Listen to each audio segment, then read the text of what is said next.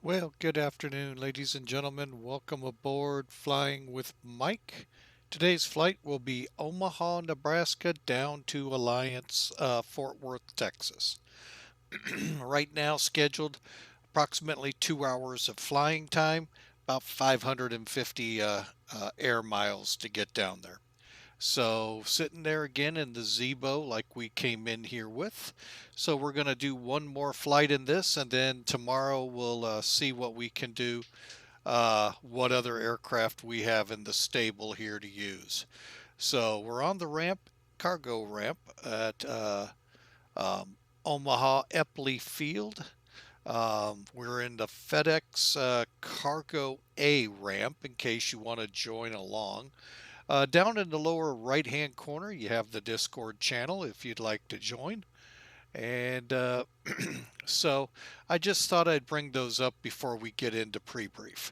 So with that, I'm going to be bringing Sim Toolkit over, our tool of choice for flight planning, that in conjunction with both SimBrief and NavGraph. So Sim Toolkit's up here. What we're going to be doing is basically flying from Omaha on the OVR, which is the Omaha VOR, to the Juliet 21 airway. Judge Fix is where we'll leave it. Direct ADM or Ardmore, and then in on the Sassy 6. All right, folks, so down below that, you see what our loadout is here in Omaha. And we're loaded down for bear today. We're going to be bringing out of here 40,480 pounds.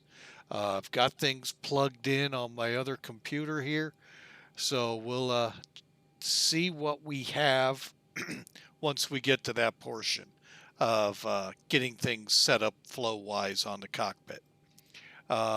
Fuel will be 19,580 pounds. We'll run with a cruise or a cost index of 85, and they're calling 30,000. We'll see how things look once we reach that. We may step climb to 34, and we may hold out. We'll see. It's only 2 hours, so. All right, average wind on the flight's a little stronger, 309 at 48. So that's part of the reason it's going to take a little bit to get down there. On the right-hand side of this kind of ledger-like thing, excuse me a second. Sorry about that. We've been really cold and, not real cold, but chilly and rainy for the last few days. Pretty bad thunderstorms a couple days ago. Maybe that was yesterday. But anyway, it's not been a fun week so far here in St. Louis. But, you know, that's what's called spring. Changing from winter to summer, the two clash heavily right here in the Midwest. So anyway, like I said, 552 miles. 309 degrees and 48 knots. That's our average wind. And our alternate today is Houston. Kilo India Alpha Hotel. So now here's our planned fuel, and we will plan we'll call it 8.1 for our reserve.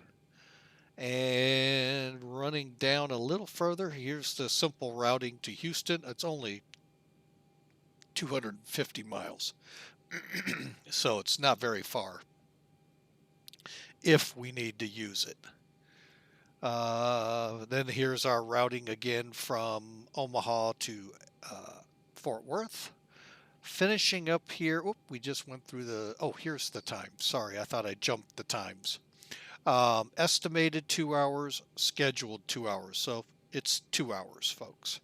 So we're going to try and hop into cockpit as quickly as possible so we can knock this out. Pushing down a little bit, we're going to see the actual breakdown. Now, yeah, it shows 176 people, but that's not what's on board. Translate that 40,000 payload to cargo with probably 4 or 5 people working the plane, including the flight crew. All right, with that in mind, let's pull up here to the charts and proceed on from there. The first one I want to show, this is the actual route here in SimBrief. SimToolkit and SimBrief work together. You can actually import flight plans from SimBrief. SimBrief is free. SimToolkit is free. Now, pieces that work with SimToolkit you may have to pay for, but it comes ready to go. So, but there you go, from Omaha, kind of get an idea. There's Omaha VOR, and then we just follow the route all the way into Fort Worth. Significant weather-wise, it's all east of here now. It's kind of pushing away from St. Louis where I live. So we'll kind of be getting a break here soon, but Omaha has already got the break, and they are just on the chilly side. And as you can see from the METAR in the chat room, they're at, which one did I pull up? Yeah, 10. They've actually warmed up, so the sun must have came out. 10 degrees Celsius, so they're up in the 50s. To the south of Fort Worth, you can see the sign of a jet stream. But overall, the route from Omaha to there looks fairly decent, significant weather-wise. Now pushing over to the other charts, 24,000 shows that the winds are pretty much southeasterly to southerly the whole way down. Hence, they get a little stronger as we get closer to the Dallas area. And then our flight level, we got the same thing, of course, what you'd expect, going a little higher, little stronger. And should we choose to take the mission to 34,000, our winds again are a little stronger, but generally, for the most part, in the same direction, out of the southeast. Here, more southeasterly, kind of shoving around south to due east. So we'll kind of watch what we're getting into up here. All right, and that's going to close out the charts and the pre-brief. So now you have kind of an idea what we're doing here. Let's hop up into the cockpit. We'll first accept the cockpit, do some quick checks, and then on with loading it. Wait, oh my goodness. This is just going to be my day. Folks, I am so sorry. I've done all of those steps without you seeing it. I've got to learn to do this instead. There we go. Funny thing, though, I was watching a stream from Spy 757, and it was on YouTube, and he did exactly the same thing. I mean, I'm like, oh, I feel better that I'm not the only one that's that silly and forgets to take screens down. And the funny thing is, I'm looking right at the screen here that you all are on Twitch and don't even see it. Yeah, we're batting 1,000, aren't we? All right, so on here it's 723 feet, so we'll throw that in here. We'll do a real quick recap so y'all get caught up. Battery switch is here, standby power switch here, ground power, you just click down, move your DC meter to ground power. Next up is the IRSs. They're up here at the top. Turn them off. wait a couple seconds if you want, then move your rotor up here to HDG STS. That'll give you how long it is to align. I think they're aligned already. And make sure you got 3 green on the landing gear. Then you come down to the middle panel. Here's your cabin and IFE switches, equipment cooling, supply, and exhaust.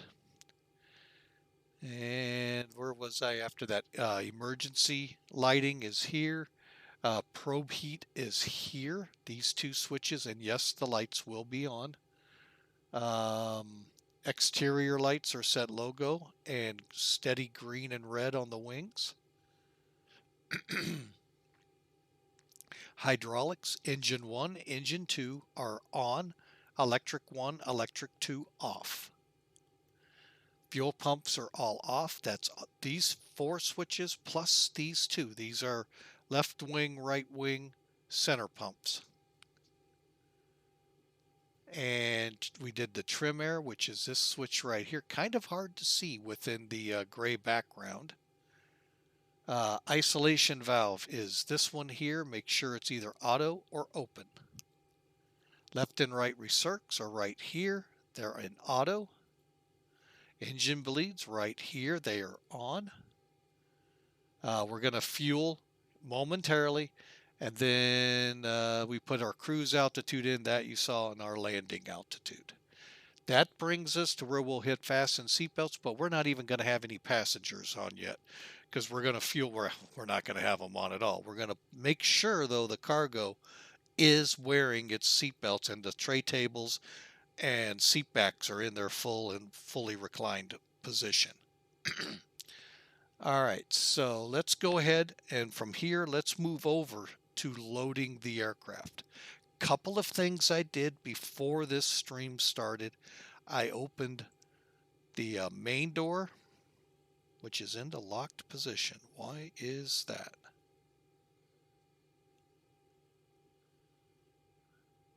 Interesting. Hopefully we'll be able to, let's take a look outside if it's still open. Okay. Sounds like we might have gotten our I've already filed our flight plan, so I'm waiting on the squawk code. And where is the UI? That is our squawk code.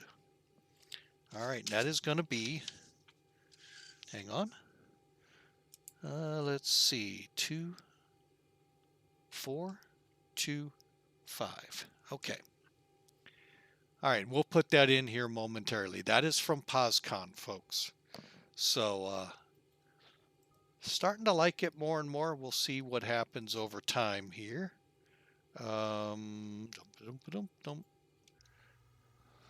Okay, so let's go to the home. And again, ground services. We put the air stair. If it's red, it's out. If it's green, they're where they need to be. All right, so we're going to go to fuel, weight, and balance. And with 176 bodies? Yep, makes it pretty easy. All right, so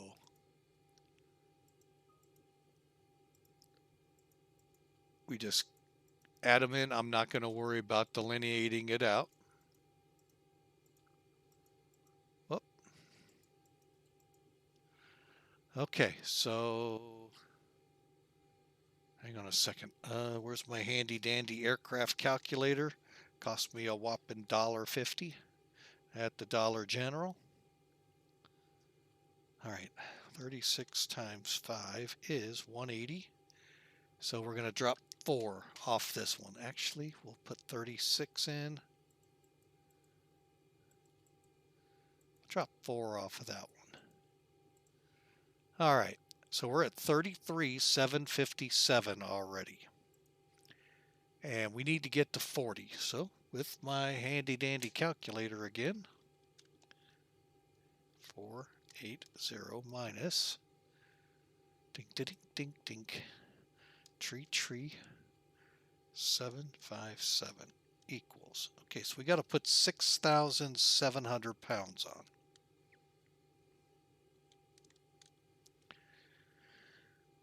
All right, looks like about 300 or 3,360 pounds.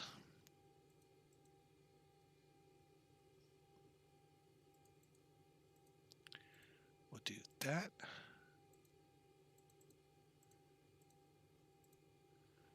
And how much over are we? We're 1 pound shy. Wow. Here, we'll make it right on. 6.2. Boom. All right, so there's our fuel load, or fuel. Our passengers are now loaded. So now let's make our fuel number correct. And that is, where are you? 19,580. So 19,580. All right, so that's what we're requesting from the company here. What we do to get it flowing, come back just one page, just hit the back button here on the tablet. You'll see the fuel truck call. When it's green, it's done. When it's red, he's pumping. Up here, you can see it going up here. There it goes to 83, 84, and so forth. All right. And if you carefully watch, you can see it going into the tanks. And if you don't believe me, come on out. Hey, look, there he is. And he's not floating this time like he was in St. Louis. Oh, wait, no, he was half buried in the ground. And as soon as he's done, it's not like the 7.4 where they drive in, drive out, real nice scenery. Oh, no, he just boop, disappears. So,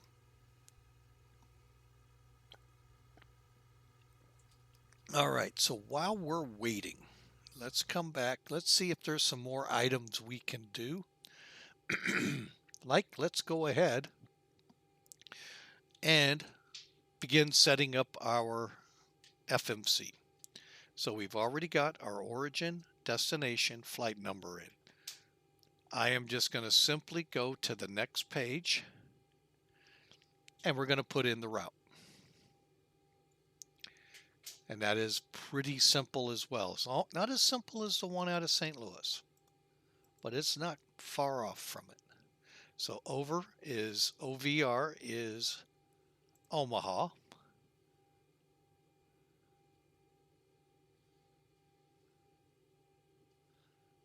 Okay. Only because I know that was Omaha. J21. J21's going to end with Judge. Not the Judge Judy.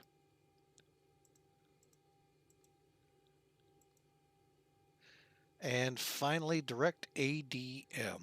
ADM.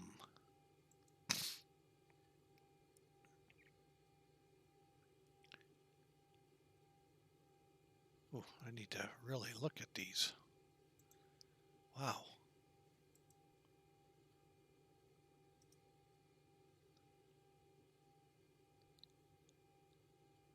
$16.70. Okay. 16. So there it is. All right. Now what I'm going to do is also fire this one up, but I'm going to go straight to the progress page. And we're going to activate, execute. Now it shows 514 miles over here to Fort Worth. Looking at SimBrief, and I don't think, I'm going to go ahead and bring that over real quick, just for quick reference. All right, so I'm not full paging it either.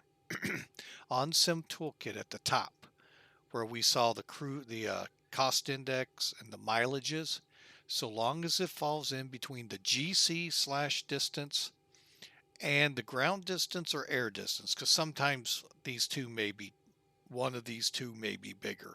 As long as it falls within there, I don't get real nervous, because as we put the departure in or the arrival in, it's going to expand. In this case, I don't think we have a valid departure, so we're going to just roll with what we got. And that goes off. For now, we'll turn that on. Okay, so we brought the overlay on board here so you can get an idea what's going on. Man, my sinuses are just going nuts right now.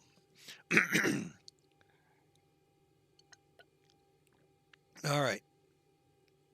So we are fueled. And again, now the fuel truck's green. So we'll come back and let's go ahead and let the service crews go to work. All right, so we've got the beginning portion of our flight plan in here. Okay, let's come back and continue on. All right, so with the route in place, let's do a departure arrival page. We're going from Omaha. These two really don't help us much. And so we're just going to plug in our runway, which is 32 right. No, wait, correction. Erase. 32 left. Boom. Come back to route. Legs. No discontinuities. We're going to do it one more time, except all we're putting in is the SASE, which is up here. Ardmore transition. For now, we will not put in runways. When I came up in Sim Toolkit, a lot of times it does a good job choosing the right runway. If the winds change, we'll be able to take 16 left. We'll execute. Now look, see, we're up to 553 miles. And Sim Toolkit, hang on a second, mark this at 552 air distance. So now all of a sudden you can see our mileage pretty close. Okay, moving on. Where are we here? Route. Now you could save your route. Mine for some reason doesn't work. Okay, zero fuel weight is 135.5. We put 19,000 point. I'm going to put 5 up here, and we said, let me double check, 8.1 for the reserve. Cost index, I always use 85. And right now, it's showing we should be able to make 36,000. We're going to hold it there because it may be because the cruise winds hold us back. And again, those cruise winds average are 309 at 48.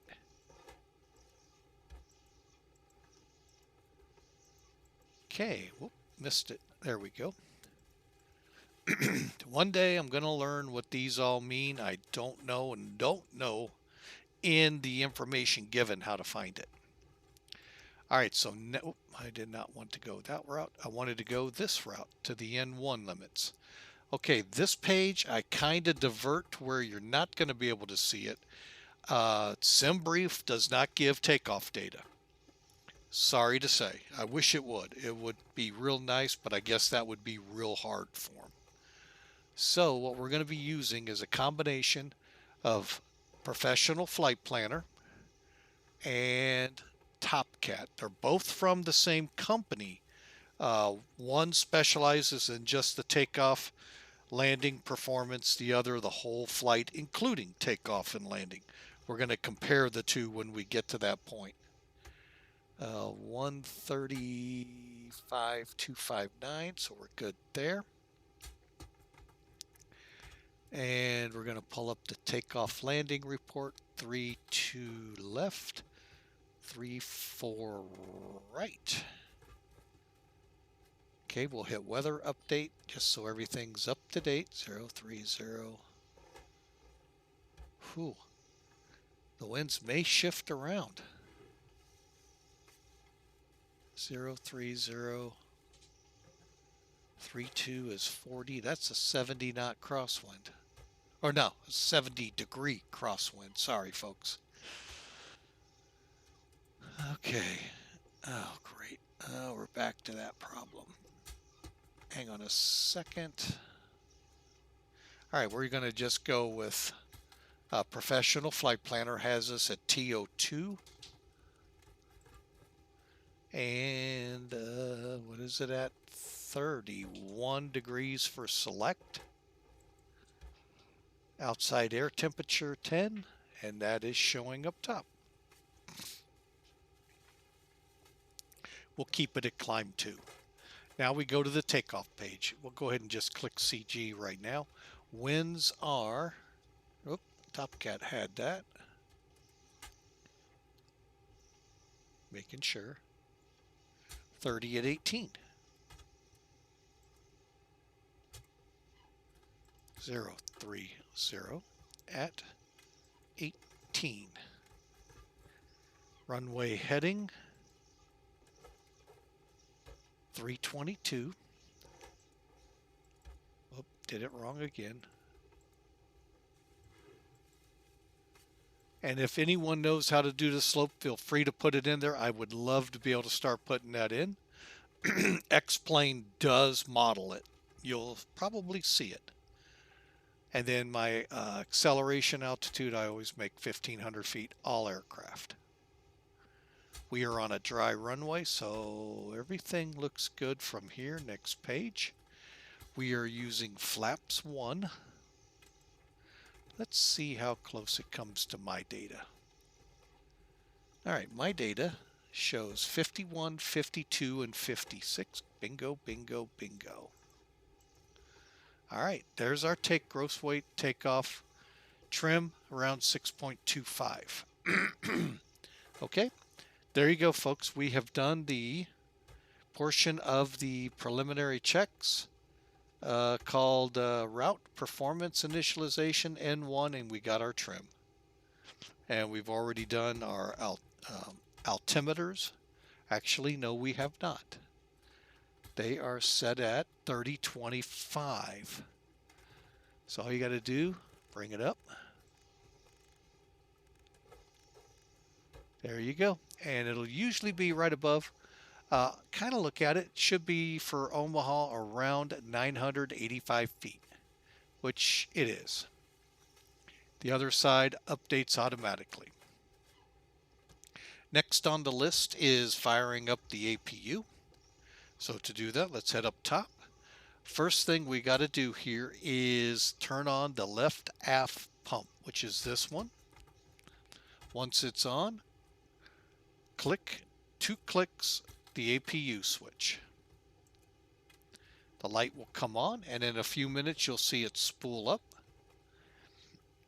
to around 8 or so, maybe higher, and then come back down in between 6 and 4.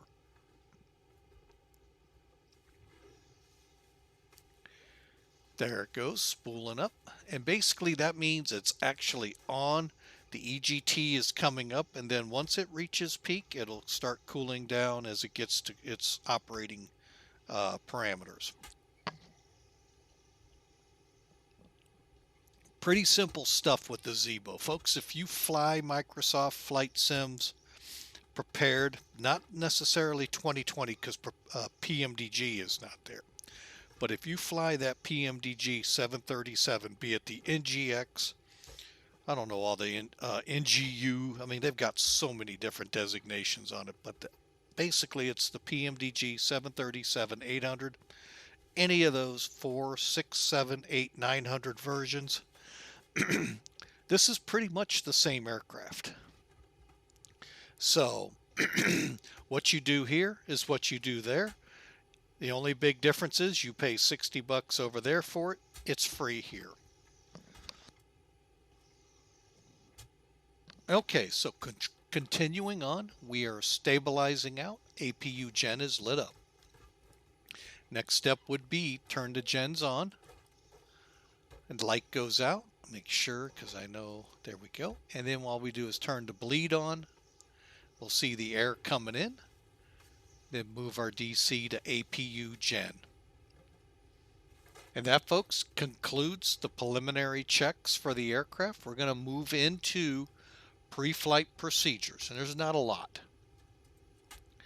Matter of fact, if you boil it down, it's actually pretty tame. So we're going to go get a better view of the panel looking at everything. We're going to turn the flight directors on. On and on. All right, so we're going to enter the indicated airspeed. That goes into this box here. We do that. It's 156, was it? I've got it covered up right now. Hang on. 156. So we'll make it 166. I go V2 plus 10.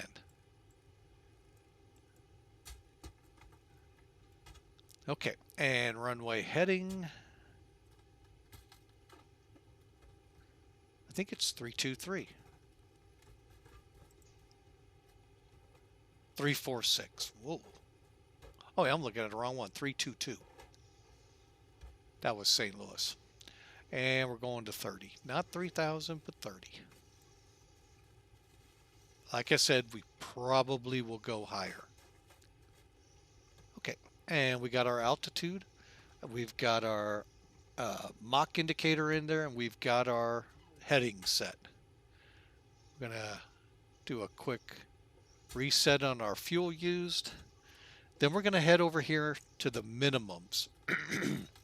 The minimums are right here. We're going to kind of zoom down, make it a little easier for the eyes to see this. Okay, so the decision altitude is what this switch is on. It'll be either baro or radio. So by radio altitude, we are looking to go up to 100. It's just a good, easy number for me to work with. That's all it is. Whether it's right or wrong, don't quote me if you're pilots that I'm doing it strictly by the book. I'm doing what works good for me. I like that phrase from another streamer. So sorry, I borrowed it. I had to use it because, you know, it's really true. I do a little different than what checklists show. Okay, on the borrow side, we are at 900. So we're going to go up, we're actually almost 1,000. We're going to go to about 1,400.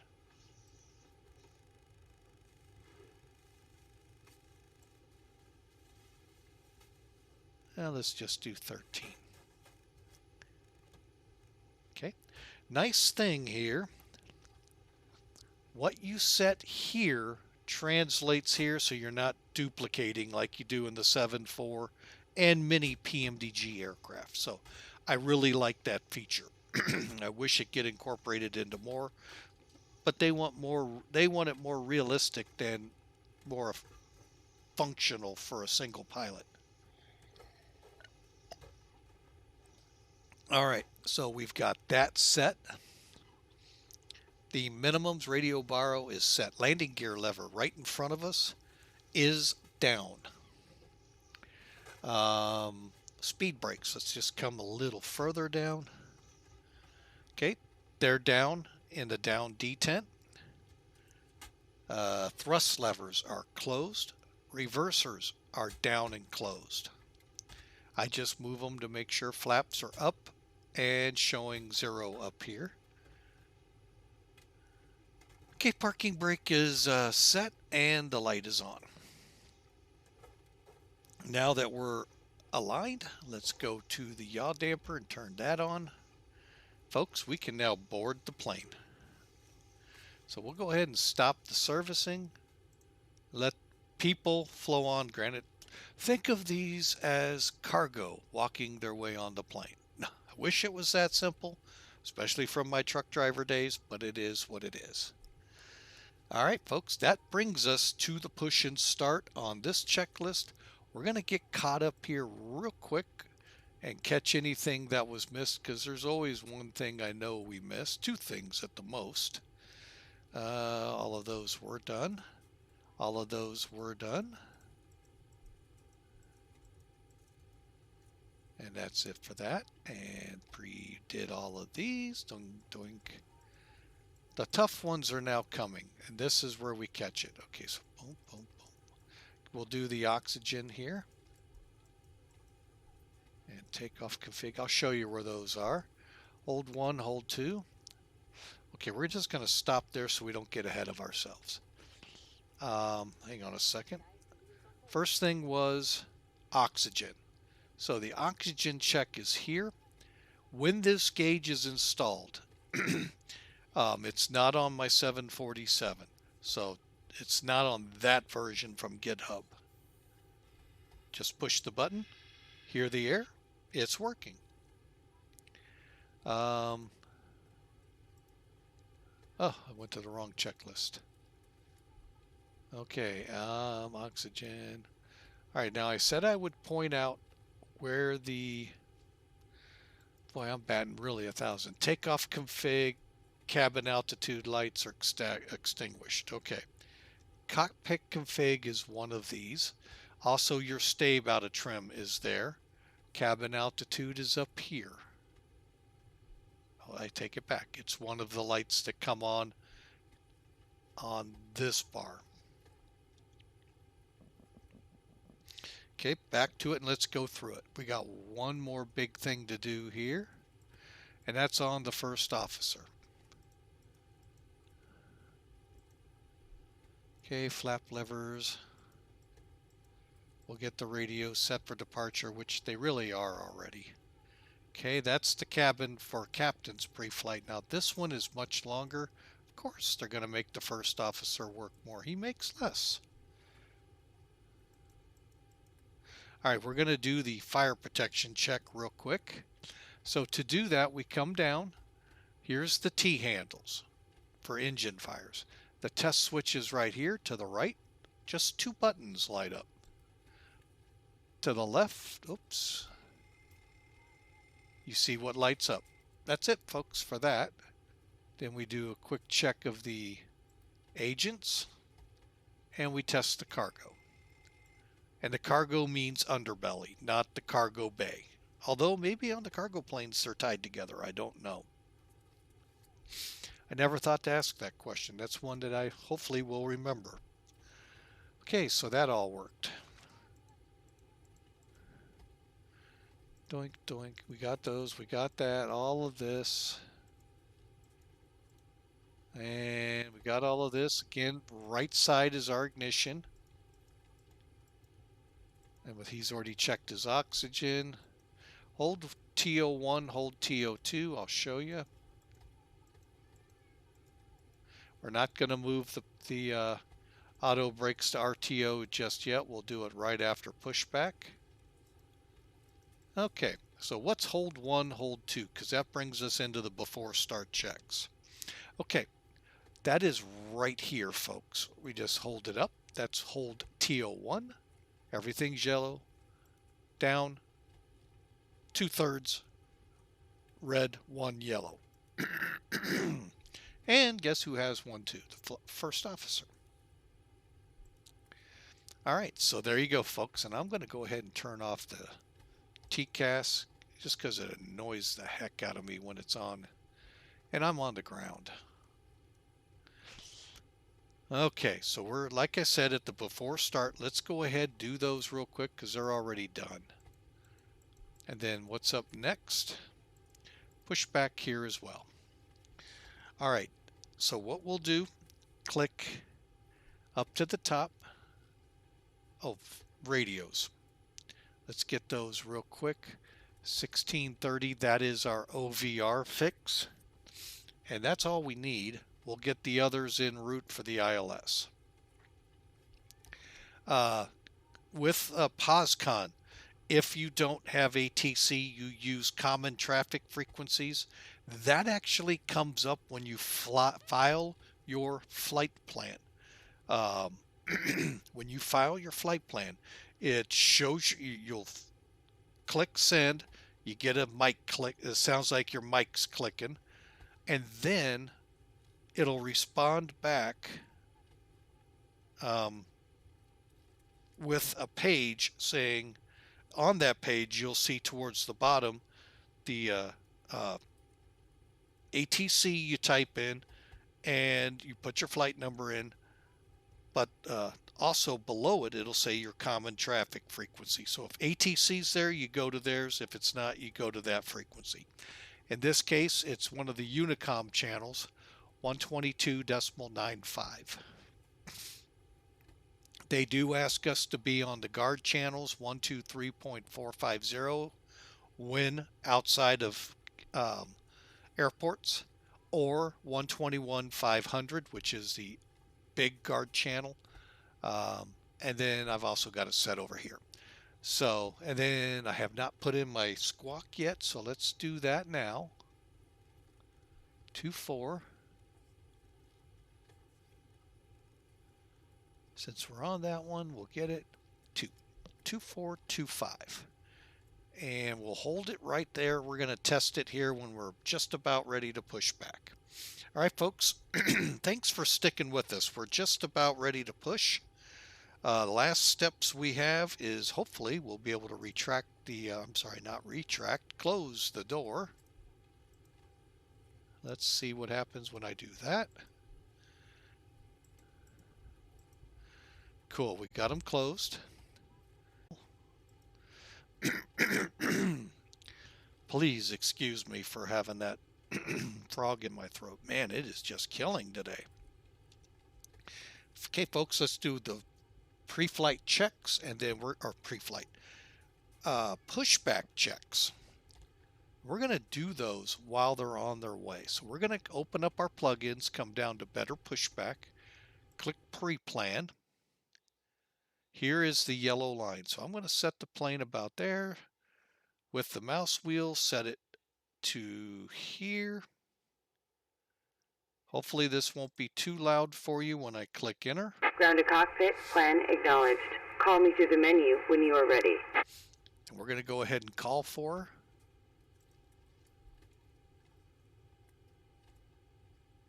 her. Ground to cockpit, tow is driving up.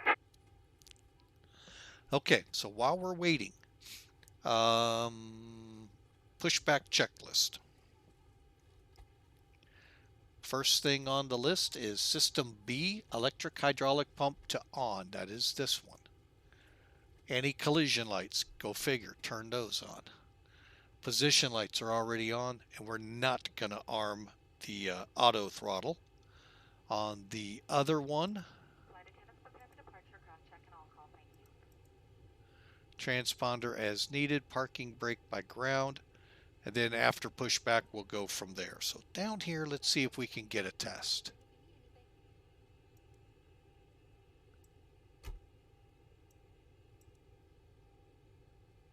Okay, all doors and hatches are closed. Ready to connect. And while she's doing that, we're going to do one last thing, get these chocks out. And we're not going to get a test, it sounds like. And I'm just zooming in to make sure. The chocks are still in. Oops.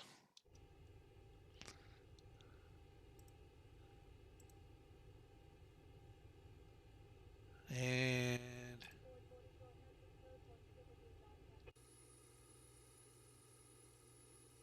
now they're out. Okay. So the chocks are out. We're ready to push. Tow connected and bypass pin inserted. Release parking brake. And like she said, all we got to do is release the brakes when she tells us to, which we just did. Starting pushback, and you may start engines. All right, so for engine start, let's real quick go over the checklist so you can see it. Then we're going to do it. All right, let's try that again. Pushback. We'll go ahead and we'll do the pumps afterwards. We're not going to come back to it. Engine start. Okay, so make sure two things have to happen for these things to start. Fuel pumps, all of them have to be on, and that has fuel in it. So that's right now the wing tanks. And your pack switches have to be on, off. So we'll go through that here. Then we'll start the flight first officer side, the right side first, number 2. Number 1, left side, captain side, engine. Next, let them spool up to 17%, but no higher than 25 before we move the start lever to idle. All right, clear as mud. Let's get up here and start them up. So, fuel pumps on. Okay, and they are. We do not have pumps or fuel in the center. Pack switches, whoops, not there, up. And you're going to see them go up slightly higher. Okay, and I'm going to come down for a better view here. Okay, we're going to start with the right engine. Make sure you just click it once to the left to GRD, I think it is. What's it say up there? GRD. Okay, you can see our numbers building up on N2. We're at 15%, and if you don't, and we'll just zoom in to see it, there's above 17. Operation complete. Go ahead and set the parking brake. Okay, we'll set the brake. Disconnecting tow. Stand by. And it's spooling up, folks.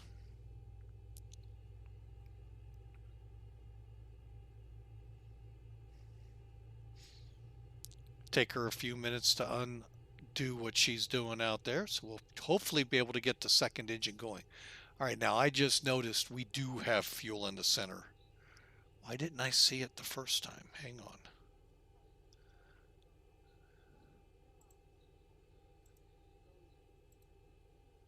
Oh, we do a very little bit. That's where I missed it.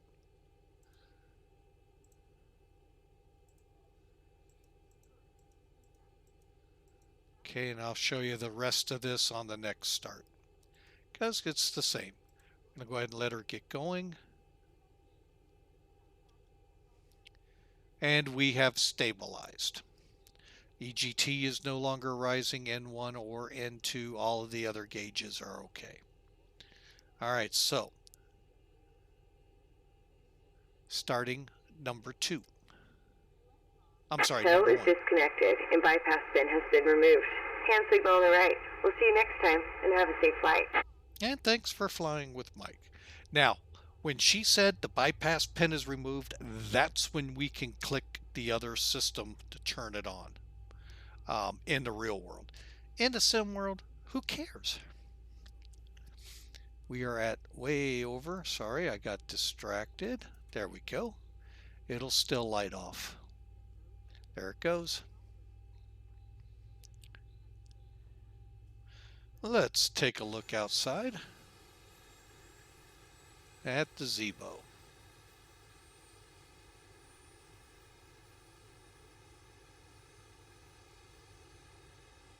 I put the satellite machine on it just for fun, folks. I doubt it's on the real one. Okay, now, what they were talking about, and I totally forgot. Welcome to old age, folks. May you fare better than I did. Okay, so once we're building up, once you reach 56% on N2, the start lever is going to switch to off. Just got to make sure it's off. The valve that says start valve is open, that is these two right here. That'll extinguish. All we got to do is look up. They're both in auto, so we're good to go. And let's go ahead, get the gens on. And with that, we can actually now shut the APU down. And go ahead and turn off the APU bleed. Okay, so continuing on. Move the volts to Gen 1. Probe heat can now come on. Anti-ice engines is all we need. System BA can come on. Left and right packs to auto. Isolation valve is already set. APU bleed off, APU air off. I'm sorry, APU bleed off, APU off. And those have already been accomplished, and it's working on spooling down. Okay, and just make sure we did all of these. Go back. Engine start, we just did. Before taxi, we just did that. Probe heat, wing, packs, isolation, engine starts, and we'll get those in continuous here momentarily. Ground equipment's clear. We'll set flaps 1, do a flight check, and we'll blank it out. Now I know why they want it blanked. I'll show you. I was kind of stubborn and didn't want to because I like my displays showing stuff like that. But I'll show you why. Um, flaps 1. While they're moving into flaps 1, we're going to take the start levers now, one click to the right to continuous, C-O-N-T.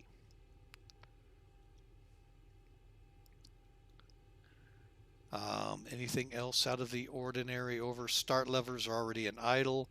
The rest of this portion has been completed, as will these. Flap levers.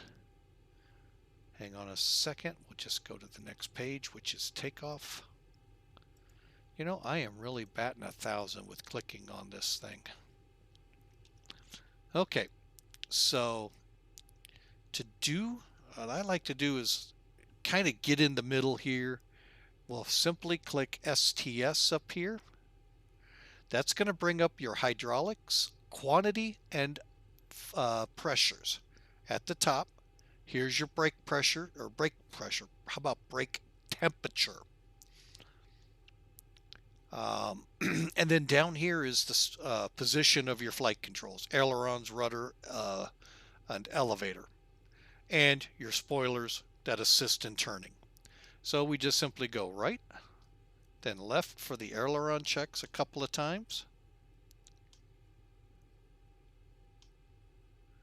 Elevator, up, down, how about up, down, up, rudder. And we're just making sure they're free.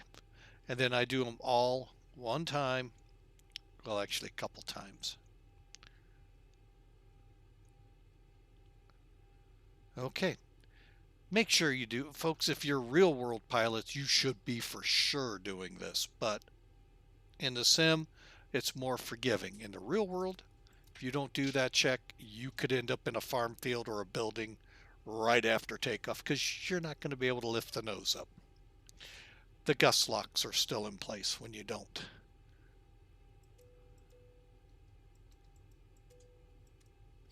Okay. And we are ready to taxi. All we got is flaps at 1. We'll turn our taxi lights on, runway turnoffs as required. Taxi lights on, turnoffs on. Folks, we are taxiing out.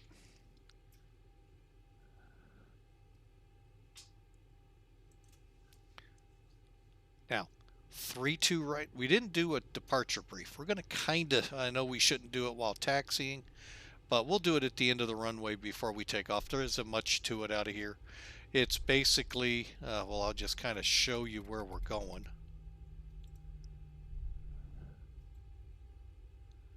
Doink. There it is. Okay, on Sim Toolkit here, let me bring up NavGraph, airport, show where we are. Right here, we're going to come out, turn on to hotel, follow it to Alpha, down to the end of the runway. Pretty simple. Folks, there is no departure for us out of here, so that pretty much wraps it up. We already know our V speeds.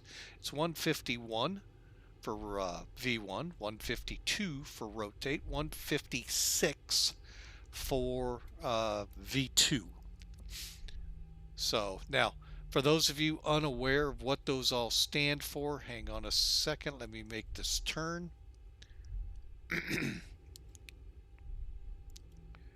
And we'll go over that here real quick. They're real simple, but again, it takes a little bit to dissect it.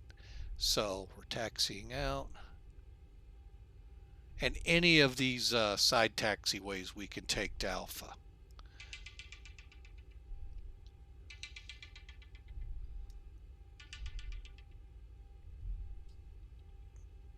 Yep, I just got a phone call, and if they want to talk to me, they can leave a voice message.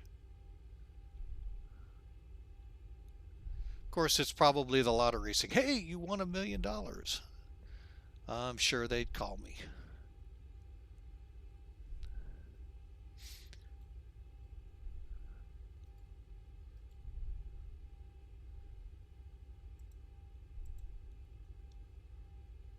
Oops.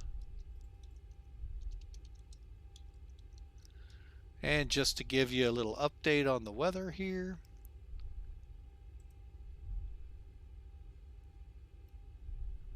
All right, let me pull this down here for you. Since, like I said, it's real simple where we're going. We'll take the next intersection, which actually I think is the end of the road anyway. Flaps are set.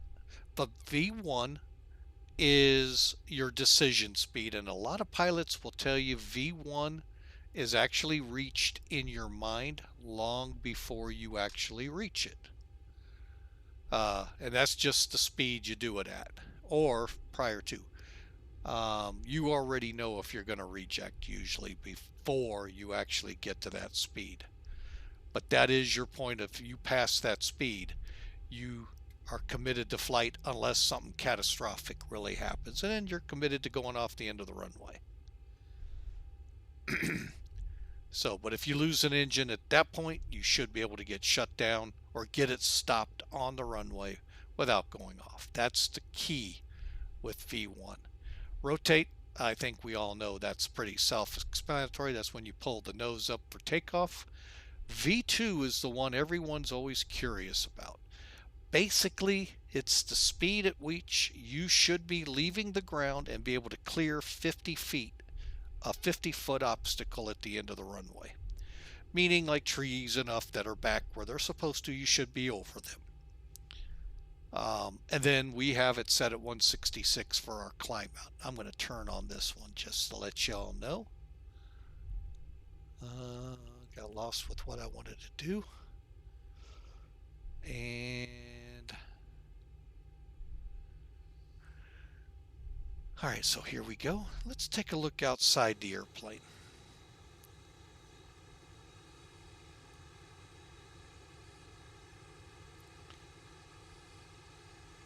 So again, now we're coming out to taxiway Alpha.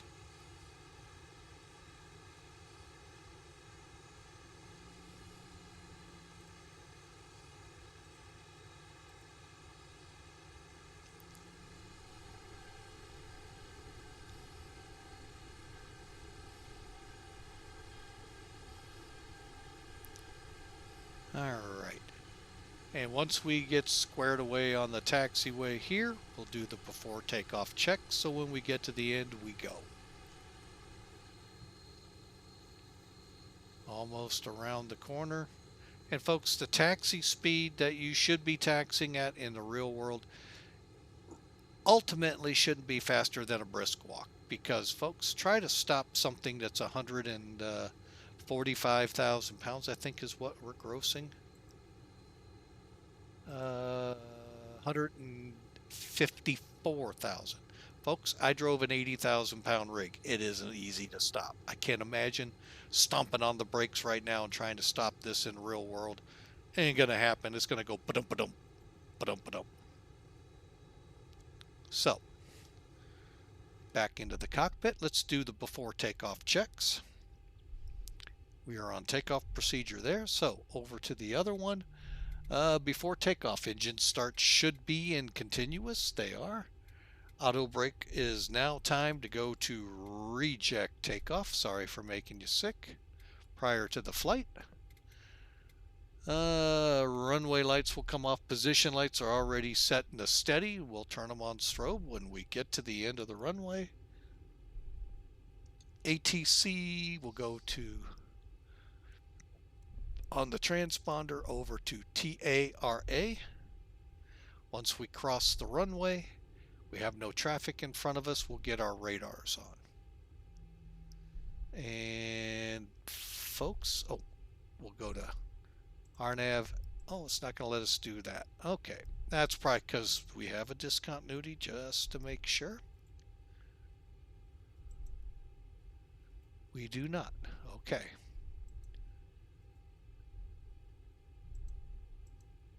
There we go. All right, we're going to go ahead and turn the auto throttles on. And it's not going to turn on. Okay, no biggie. We are set for runway heading, so we'll fly it, then turn on course. We're going to set up to 10. Yeah, there we go. which is actually a 20-mile field of range.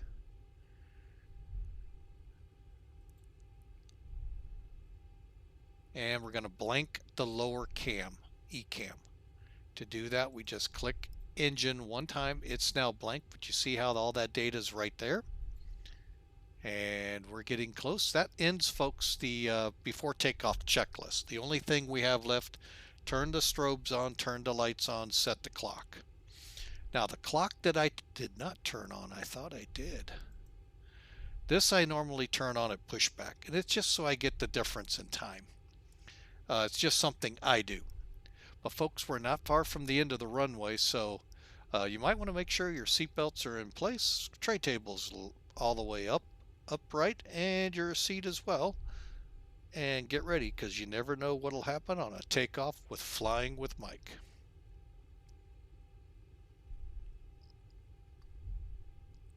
You can get an idea of the winds right there to our left. Pretty brisk, and I'm here to tell you, if you're flying in the St. Louis, maybe Indianapolis, Louisville, Memphis area, push out maybe Kansas City, Little Rock, you're in for some really strong winds. Whether they're, crosswinding the runways, can't tell you. Not at the airport today, obviously. I'm at this airport flying. But the one I work at, we've had some pretty brisk crosswinds and some pretty good mean thunderstorms. Diverted a couple flights, made for some long nights, but at least the good thing is last night's divert ended up where the people did end up at their destination. Here's the end of the runway. We've done our takeoff checks. We are going to announce. Hang on just a second. Omaha traffic, FedEx 811, taking runway 32 right for departure.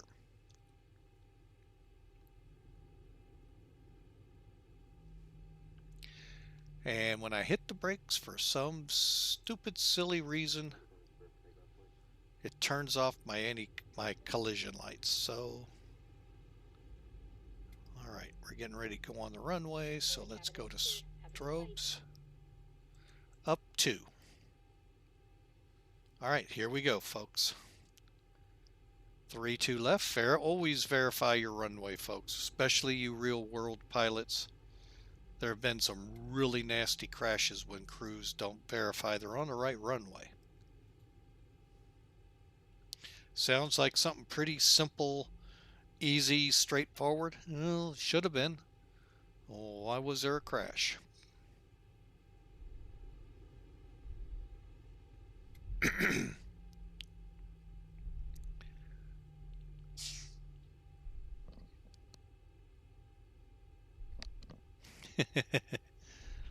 All right, folks, we are now on the runway. I'm going to start my timer. Basically, we're going to throttle up to 60%. Once we're stable, we're out of here with Toga.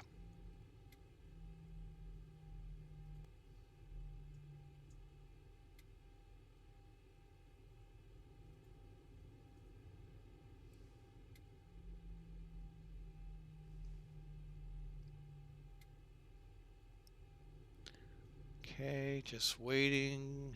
That'll work. Okay, landing lights are coming on. We're cleared for takeoff. We are on 3-2 left.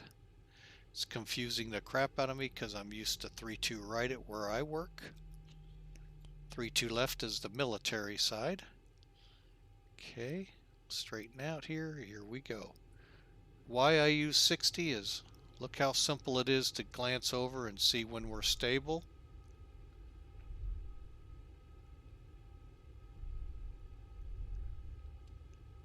Toga.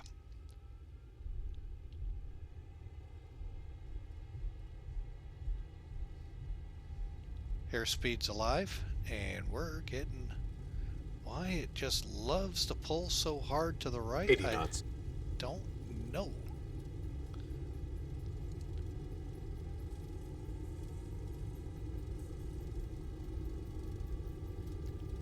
Now V1 and V rotate and V2 are all going to come really quick. V1 rotate. Positive rate. That means gear up. Okay, let's set this bird into climb. 400.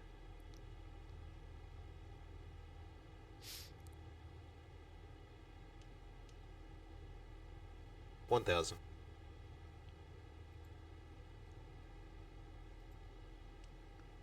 All right, and I'm going to go ahead and turn to the left to get to OVR. Not sure if they do a right turn or a left turn out of here.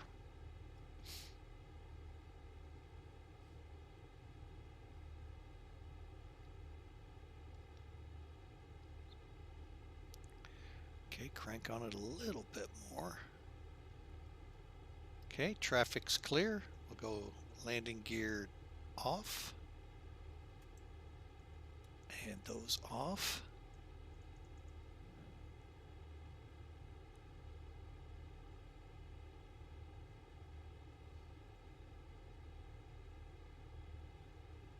Okay. And I'm going to be turning the autopilot on here shortly.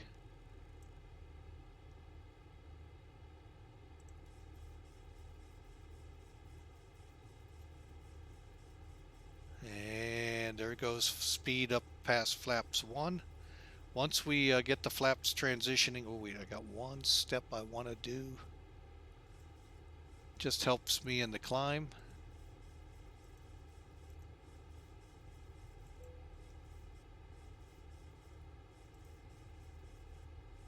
Oh yeah.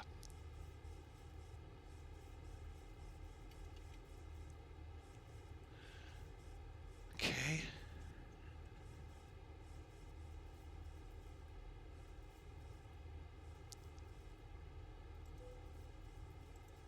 All right, what I did is I put 240 in on my climb limits. That just means it won't go any faster than 240. And let's go ahead and keep it coming around to OVR.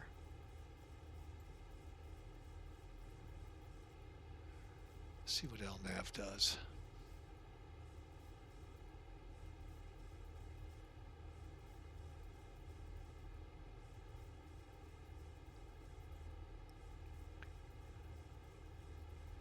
All right, so we're direct OVR, which is Omaha, and from there we'll be on course.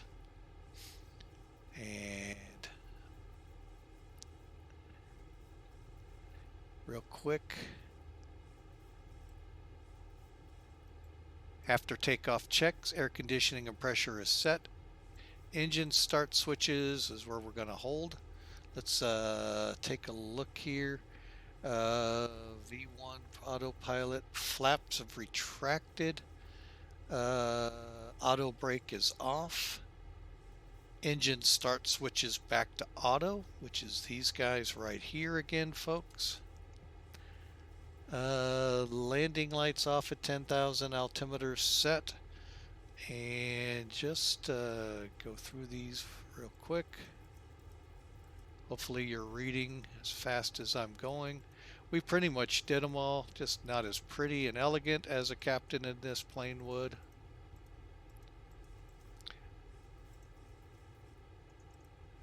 All right, same thing.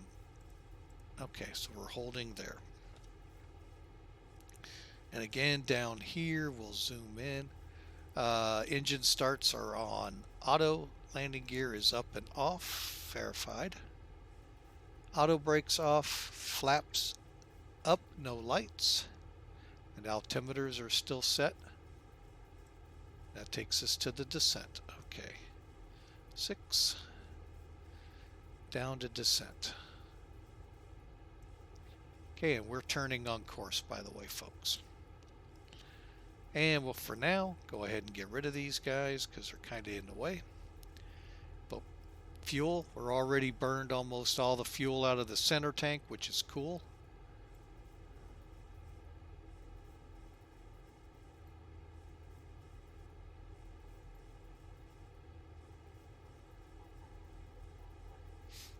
And it looks like she really decided to launch there. We'll keep an eyeball.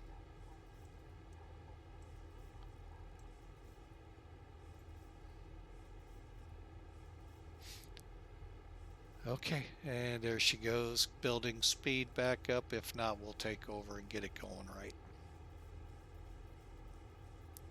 Okay, we are above 10,000.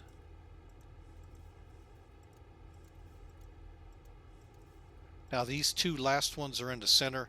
They're on lights that retract up and down into the belly. So that's what the two positions are. One is just to get them down, two is to illuminate. And our fuel tank is down to 250. We're going to go ahead and shut them off. All right, and there we go, folks. We are on our way.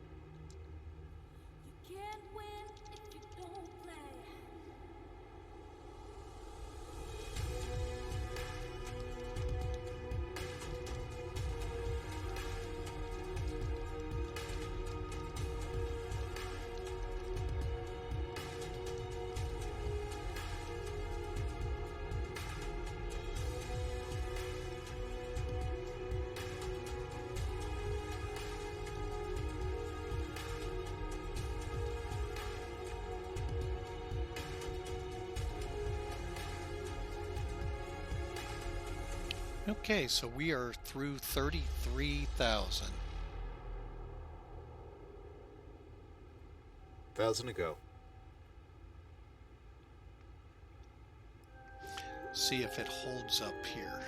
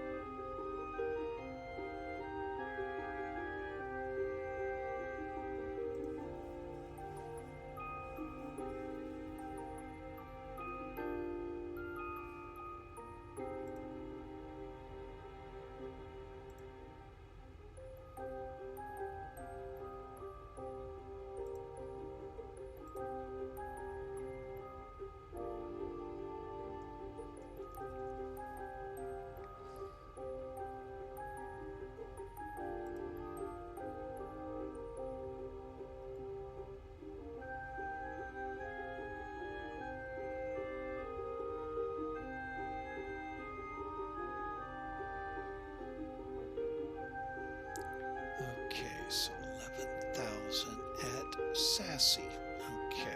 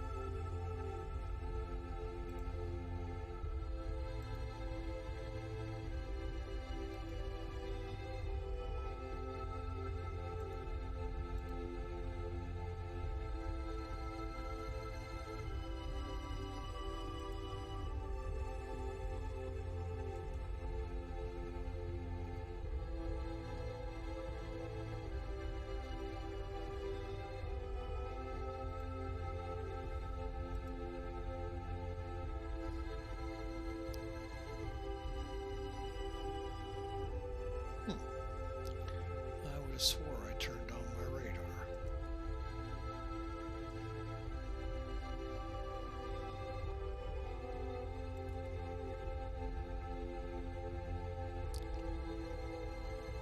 Alright folks, we are getting ready to fire up the arrival brief since we didn't do the departure brief.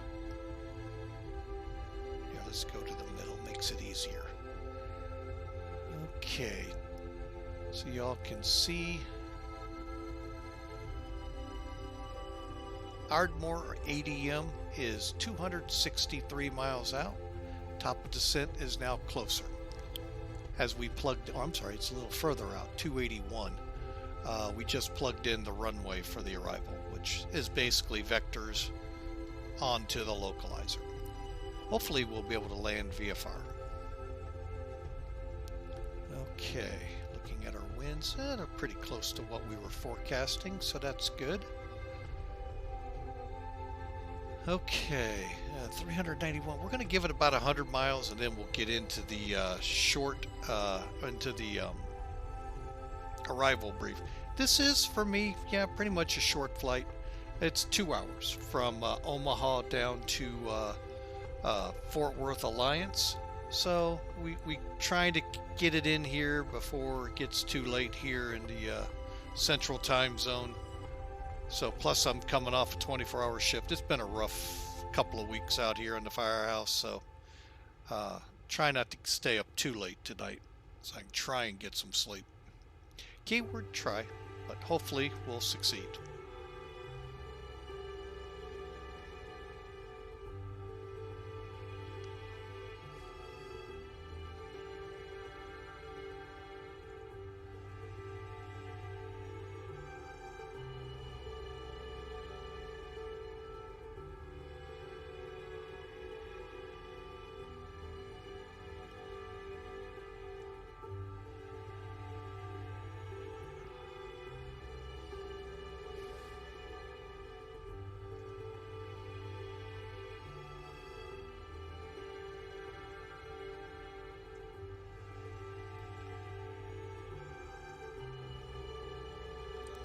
Alrighty, well, we're going to just sit back, relax, enjoy the music, and we'll be back with you in about 100 miles or so, and we'll do the arrival brief.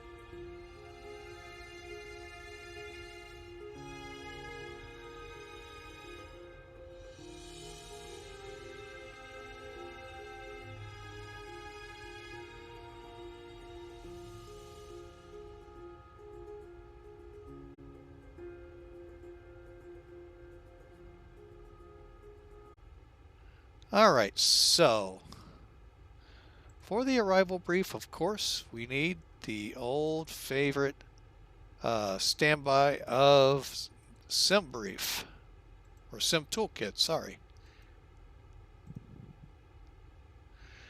All right, so there's Sim Toolkit. So this is where it's going to get fun. It's not a tough arrival, mostly vectoring, but especially without ATC. Let me see. Oh wow, we're already here vaccinating. See, I'm in my 50s, so we're in that level. I think we're moving down to where more of the general public are getting at younger ages. So, but yeah, Illinois, that's one thing they did do. They have been actually ahead of the curve on getting people the vaccine who want it. Missouri, on the other side, we're right by that Mississippi River that separates us. A little different over there, but they took a different approach on it. So, but let's get into this arrival brief, shall we? We're going to be coming into Fort Worth Alliance Airport. They're 723 feet above sea level. Oh, that's right. This is set up for, hang on, I'll just do a quick switch here. We'll go right. Update. Update. Now it's going to give us the ILS. So the ILS you can see here on the chart or on the Sim Toolkit, and the heading is 346. We'll get into that as we get to the arrival charts. Weather-wise, currently, I love it when it does that. No METAR available. Let me go another route and just read it off to you. Where are you? There you are. Okay, right now as of 2053 Zulu, which is over an hour old, winds were 320 at 20, gusting to 28. Oh yeah, it's going to be fun coming in here, folks. 10-mile visibility, so it looks like we'll be able to fly the plane in at a certain point. Scattered clouds at 5,000. Temperature is 15 degrees Celsius. Dew point 1 degrees Celsius. And the altimeter 20. Other than the wind, that is the only thing significantly going on here. Forecasting pretty much the same wind. What is today? 18th. So today through tomorrow. So it's going to pretty much stay windy. As a radio show host once said, make sure your toupees are strapped on. All right, so there's the weather. Let me get back. Oh, wrong click. There's Sim Toolkit. Chart-wise, oh, that's these charts, sorry. Let me see, is there anything else? Let's see if they've got it yet. Well, they got the TAF. That's kind of funny. Well,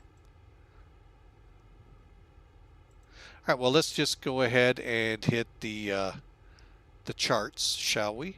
Here is the arrival. This is the Sassy 6 arrival for Fort Worth. It's effective date. I hate this when they're on their sides. They make it hard. There it is. 29 November of 2019. I do not know if there's a more accurate chart or not. But we're coming in from Ardmore. There it is. ADM. 1670 on your VOR radios. Across the top here you see the approach, and we don't have any ATC at this time. The airport elevation is 723, and the airport transition is 18,000 feet. Now, according to this, radar is required, well, in the real world, and this serves, making sure, and our airport is on the list. And do we have any kind? Oh, here we go. So from Sassy. Okay, so what we're going to do up until that point, because I don't see any other directions on here. Okay, so from Ardmore, we track on the 125-degree radial outbound, approximately 51 miles to Kane. Identified Charlie, Alpha, India, November, Echo. From there, we make a right turn to 215 degrees to track to Sassy. Now, we're one of the satellite airports, so we need to cross. We'll be landing to the north.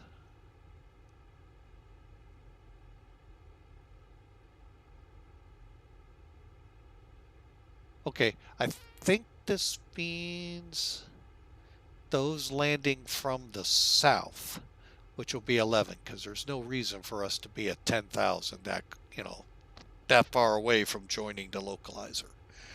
Kind of ambiguous. I just kind of hate when they say it that way, but it's, it is what it is. So we're going to be at 11,000 at this point. There are no speed restrictions at that point. And then from there, we'll take a heading of 255. As you can see on the chart here, for vectoring to our final approach course. So we will turn towards a landing to the, where is our airport? Here is our airport, by the way, on the chart. So we'll kind of turn towards it, and then we're going to cut down, come over, grab the localizer, and come in. May even come over. Fuzz, I think, is too close. DFW, I don't want to really interfere too much, even though there is no traffic up right now. Okay, so that's our STAR, a standard terminal arrival procedure. Moving over to the instrument approach chart. And I actually learned something this week on this chart. We had an interesting situation develop, and with Allegiant and information I was getting, looking at the chart, nothing was making sense why they diverted. And we have a ops manager who used to be a military pilot. He kind of showed me where those numbers were that they were going with Allegiant. But anyway, let's get into this chart. Across the top are the ATC frequencies. We will be on, hang on a second. I'm just checking POSCON here real quick. 122.95 unless ATC comes up in the Fort Worth area. And they'll reach out to us on guard, and we'll switch to their frequency. I've already been with one earlier last week, Atlanta Center, so I do know my radio should pick up. All right, so now the part we're really concerned with on this chart, valid also 23 March of 2018. The ILS frequency is 110.15. It is the localizer 432 or 34 right. Identified India, Juliet, Victor, X-ray. The approach course on it is 346 degrees. And by ERPIF, which is right here, 5 miles from the runway according to this, we need to be at 2,400 feet or on the glide slope. And I'll show you how you delineate that. But that is a very hard fix. If you don't meet either of those two criteria, from there it's a go-around. But then if you do, and you continue in the soup, the decision altitude is 881 feet MSL. That's 200 feet above ground. And again, touchdown zone for 381, that's at 681 feet. The airport elevation, 723 feet. So you see there is a slope here. If we go missed approach, we will climb to 1,200 feet. Then continue climbing to left on a left turn to 3000, heading 270 to join the outbound radial from Fox Uniform Zulu, identified 115.7, that's the Ranger VOR, very close to DFW, to Oblon. And at Oblon, we'll enter a hold. The fix itself is DME 24 on the 303. We will have to do a teardrop to come back to Oblon and enter the hold, because the hold actually comes back at us. Okay, now finally we have transition altitude again, 18,000. We'll have real pappies are on the left. Hang on a second. Didn't want to sneeze on you folks. And the pappies are on the left on 3-4 left. So we got to be careful which pappies we follow. It's what I'm getting a feeling for. Okay, so here is how it's going to look. We're going to come on at UCCOL. So we'll vector ourselves around to this fix. Follow the ILS in. Once I can see the runway and we're configured up, we'll disengage from the autopilot and land. Otherwise, we'll come in for an auto land. 3,000 feet at UCCOL. And then we'll come down to 2,400 feet. So we're at that restrictive level unless we've already grabbed the glide slope. Then we'll just follow it all the way in.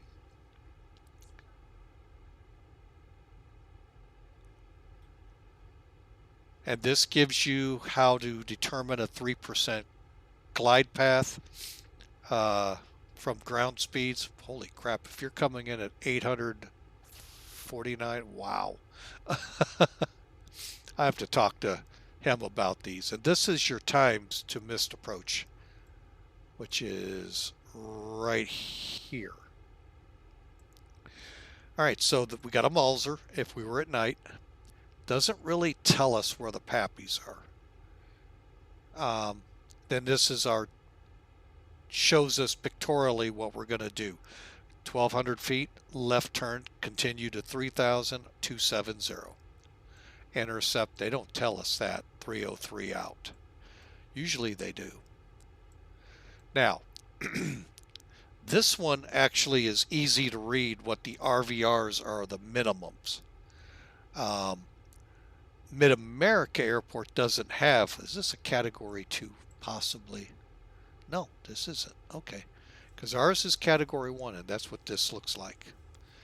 Alright, so there's the minimums here. Now, when they do have fog, rain, heavy rain, whatever, they can still shoot the approach at a half mile on this approach. I'm trying to see if there's anything up here to dispute that. No.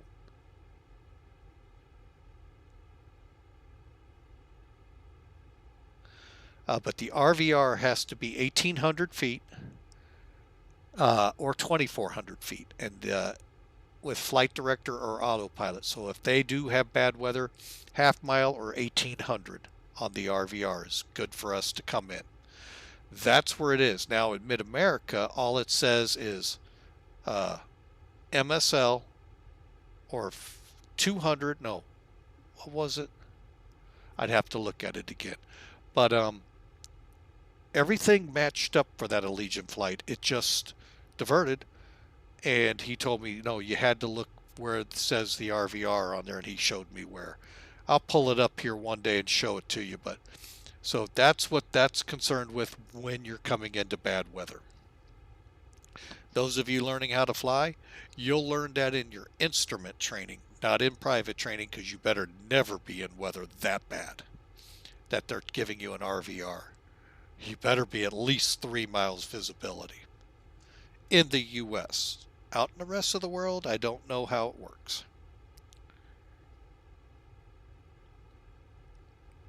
All right, folks, so there's our arriving star and what our approach looks like. Like I said, we're going to vector from Sassy out 255 And at some point we'll turn south so that we can come on at UCOL right on into the airport. Now, once we're on the ground, zoom this up a little. Again, here's some frequencies across the top. But once we're on the ground, here is 34 right. We're going to try to come off at Gulf. Good luck if I do. Probably will be somewhere between Gulf and Kilo here. But this is the FedEx complex here. It's a regional hub for FedEx. They do a lot of sort during the day, throw it into little planes to go to the little airports out in Texas and Oklahoma. And the other ones fly in from places like Memphis, LA, San Francisco, Oakland, from all, not any further than Memphis, but around the Midwest, they swarm it. Then they go out to the main hubs. But this is a regional hub for FedEx. Okay, and like I said, we're going to park somewhere in here. We'll figure that out when we get on the ground. Let me just see something here. No, we don't have anything for parking. Okay, I had a feeling.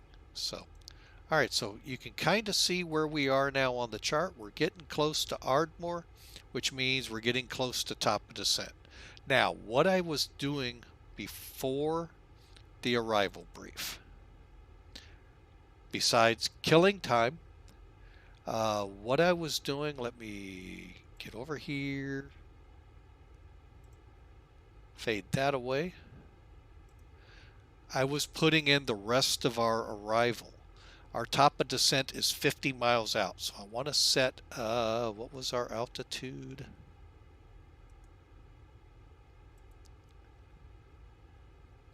$11,000. So we're going to go ahead and get that set right now.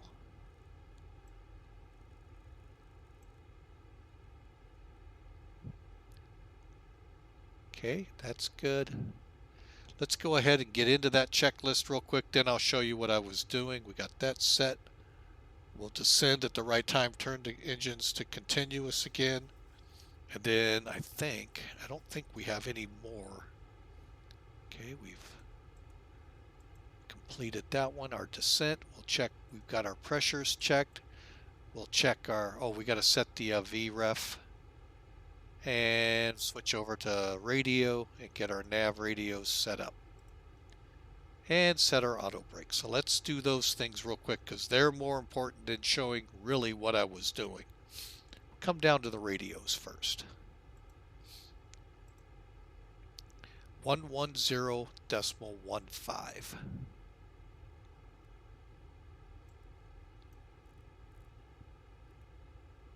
Okay, we'll hold that there.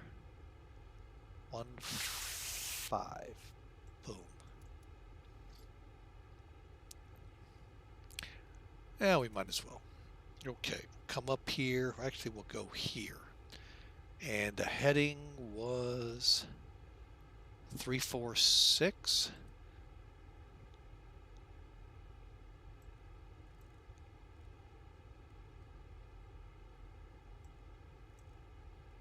Okay, heading of 346 is now set in both.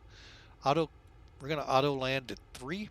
Not auto land, we're going to use brakes set at 3 for our landing. And coming back over, we just have VREF to set and a recall to perform. Do that from 2. And everything's fine. Perfect. VREF. All right.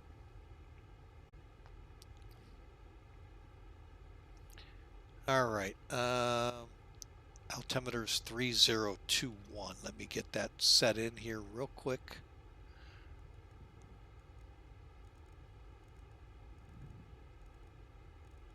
So when we hit 18,000, that's simple. Temperature there, 16 degrees. We're looking at Celsius, 330 degree wind at 17. And we're looking at a 149 VREF, 162 V approach. If everything lands like I'm supposed to, I should have 3,300 feet of runway afterwards. All right, so let's get that VREF page set. They're calling 149. Cool. And we'll plug that in. VREF is set. And descent.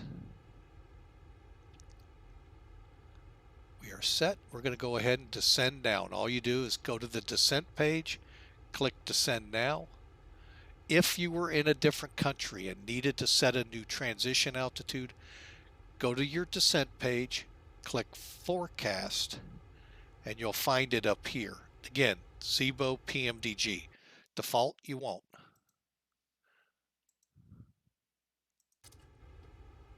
Oh, I hate when that happens. Hang on, let me get me unghosted. There we go. All right, so I just wanted to point that out. A lot of people don't know where to look. Click descend now, execute, and down we'll go. There go the throttles rolling back, the engine's rolling back as well. All right, and we're going to start our descent. Remember, we're going to make a turn here at Kane, direct SASE vectors to UCCOL. All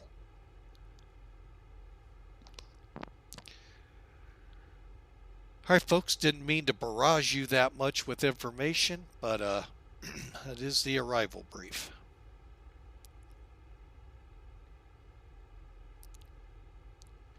And as I was saying, we are going to do a flaps 30 arrival.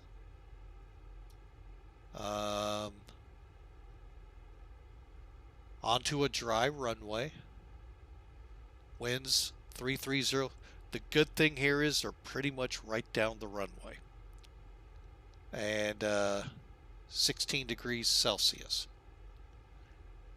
We've got 11,000 feet of runway. We need 5,300 feet required, leaving us roughly 3,300 feet of runway. So margin of 7,000 feet.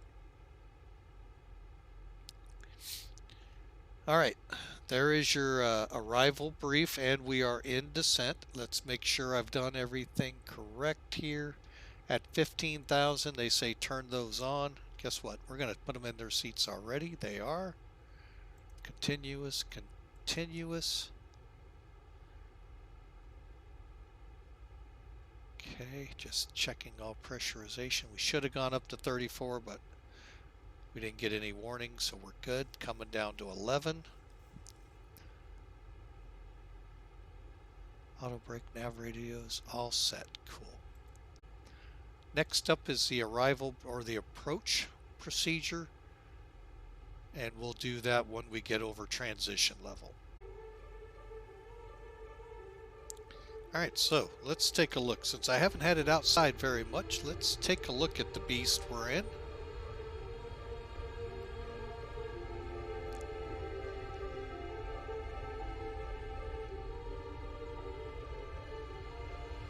As we are coming up to SASE.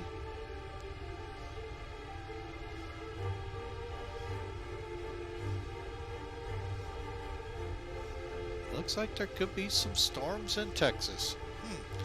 Go figure. That's about a normal day for them. Curiosity, is radar showing anything? No. I've only had radar show blips one time, and it was a big snowstorm, I believe, over Iowa. Beyond that, it's always empty. And that makes no sense. You would think they would tie in the radars.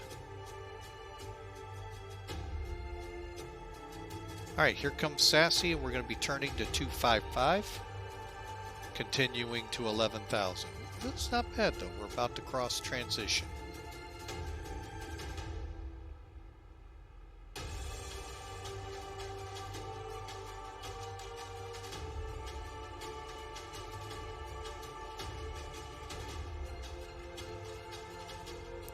Okay.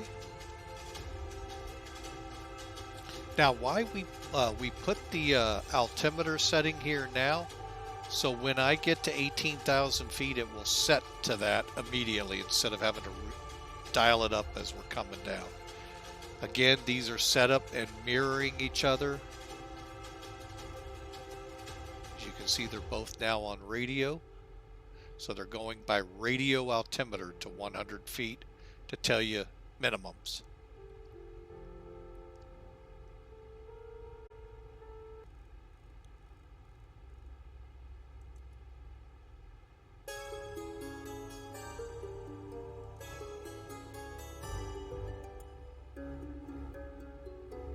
Okay, we need to start descending to 3,000 right now. We're going to be real high if we don't. We're going to actually go past.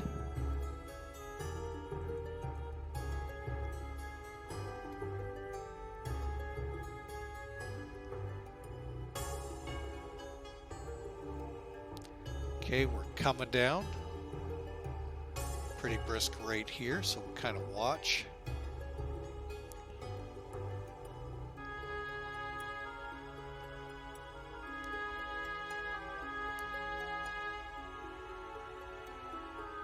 All right, what we're going to do, we're going to take over with V speed.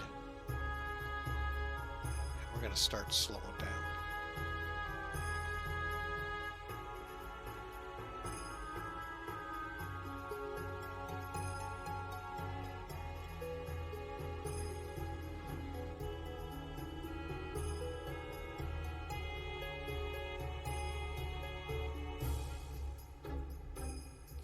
We'll level off at 10,000, then we'll continue.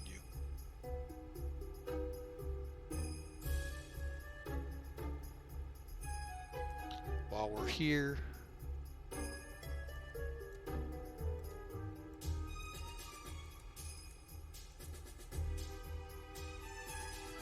okay, that's all good. It's still not coming. Oh, that's right, we want it there now.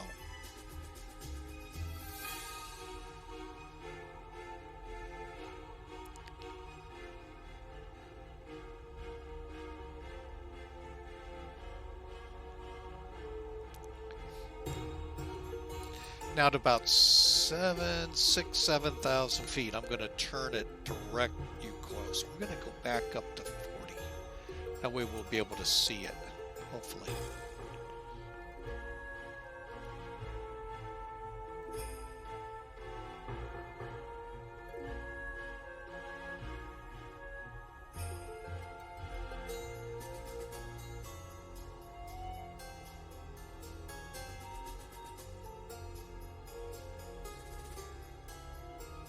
Okay, that was a total blunder on my part, not getting it down to much saner altitudes quicker.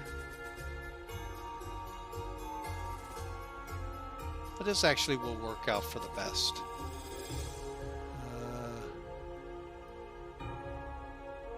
Good thing you can do here is get rid of the vector, and now it's going to tell you how far out you are.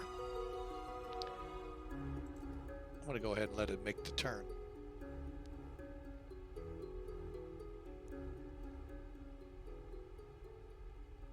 Huh, I say.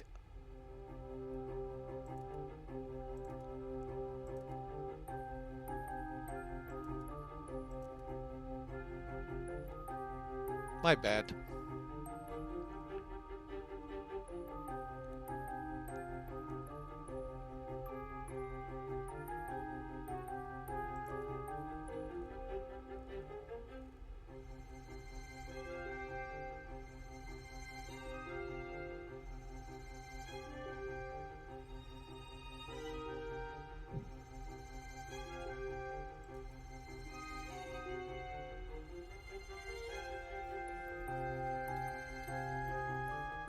And that was again my error. Hit the wrong button instead of.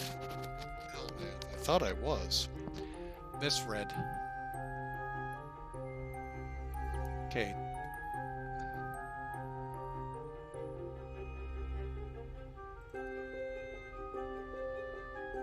I'm going to go ahead and slow us to 220.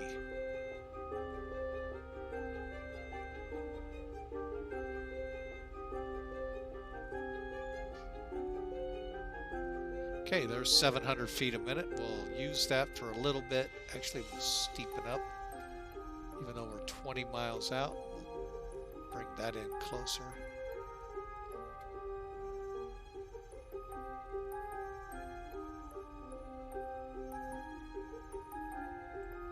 brakes off. Auto brakes 3.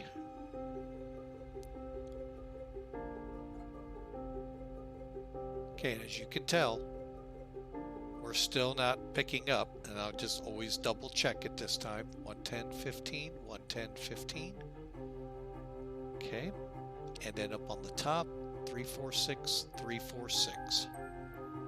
All right, and let me see how much longer. I may just kill this song right now.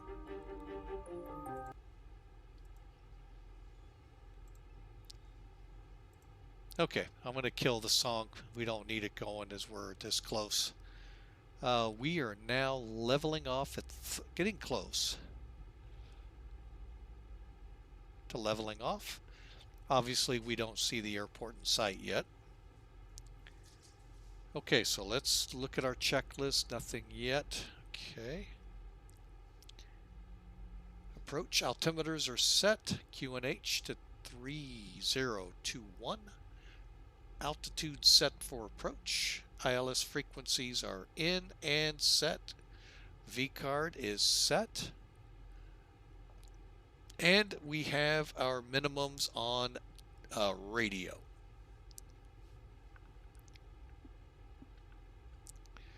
Okay, so basically the AP is when this comes alive, we'll see the localizer probably on this side. When the ILS comes alive. If it doesn't, you know, we still proceed in because we can go visual from here if we have to.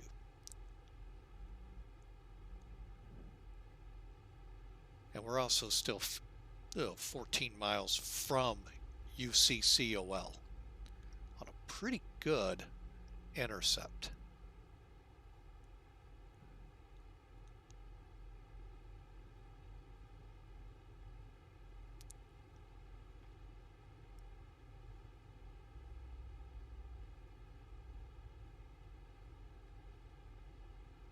And we're starting to see some scattered clouds. Let's see if by chance we got any weather. 330 at 17, gust to 26, 5,000 foot, few clouds, 16 degrees, 30, 21.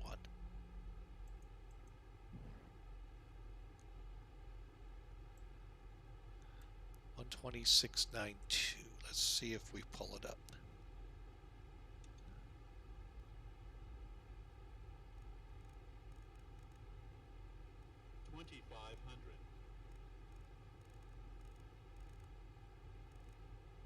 Wait a minute, was it 9.2? Hang on, let me check my aircraft, make sure it's holding. It's getting bounced around a lot.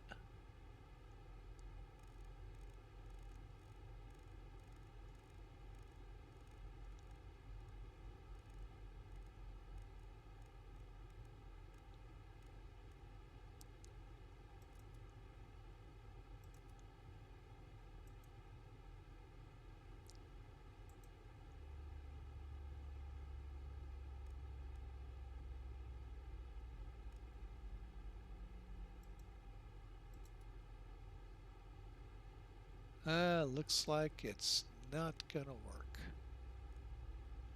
Oh, why it doesn't? Oh well. Alright, localizer is now available, so is the glide slope. So we'll click AP. And for that, we're going to begin slowing to 200. Actually, 190. We'll do 200. All right. Put that on that.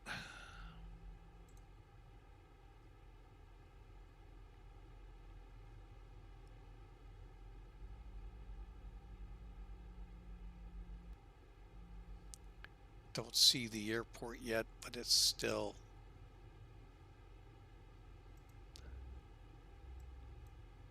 11, 12 miles. That's why I use the ILS.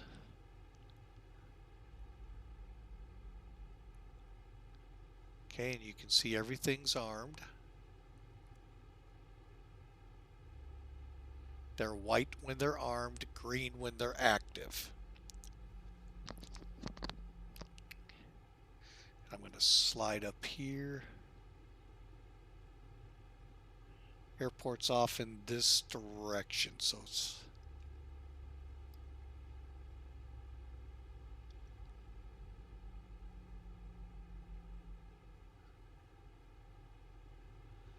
okay. I know that's not, I don't think that's it. I think it's up here. We'll find out.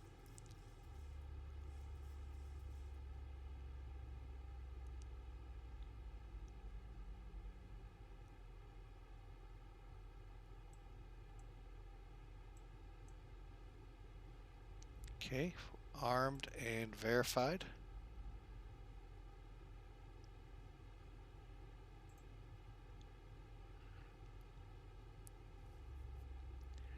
All right, so the VOR just grabbed.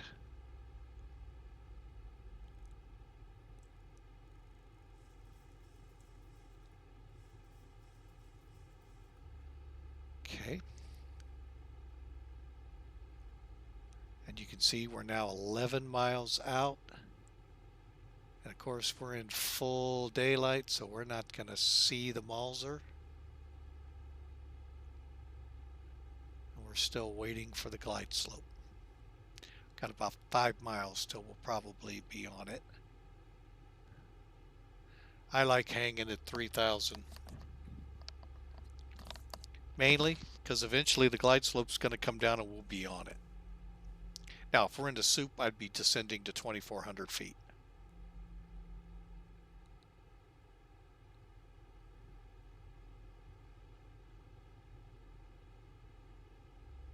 Okay, now glide slope is available. Now it's alive.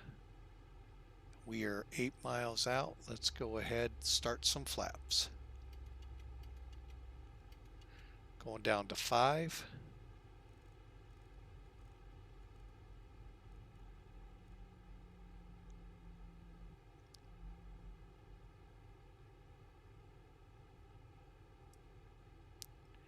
Seven-mile final. I think I have the runway. We'll get in a little closer.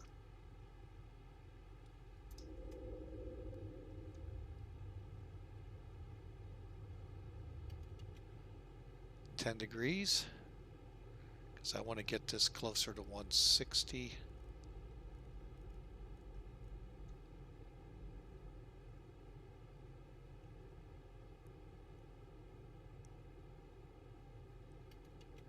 Flaps 15.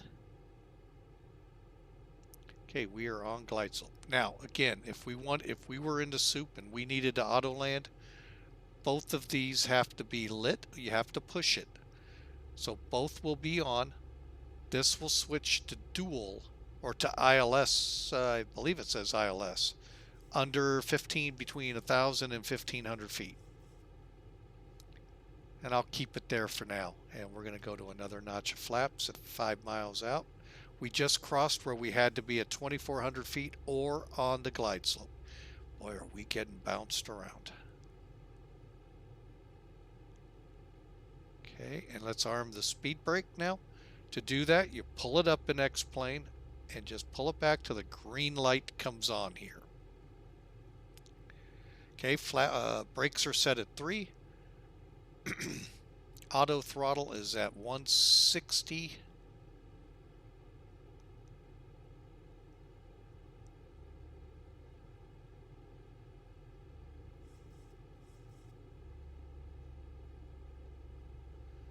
Real quick, just doing a quick check. 1,000 feet stabilized. Okay. Missed approach altitude set. We're all set to go, folks.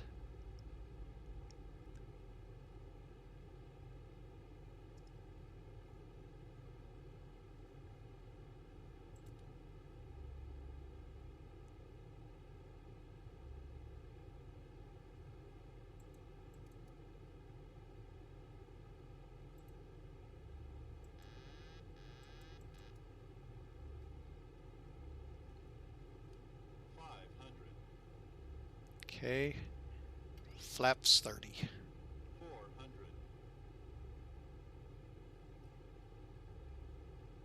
Plane is mine.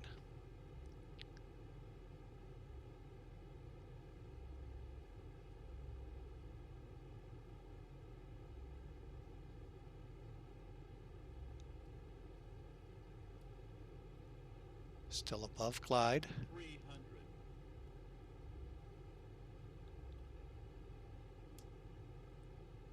On glide. 200. Approaching. Landing. minimums. Little off. Come on, girl. 100. Minimums. 50. 40. 30. 20. 10.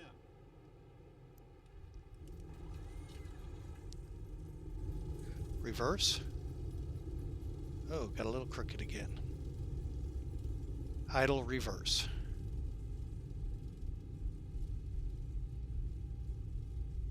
knots. Reversers are disengaged. Real quick auto brakes.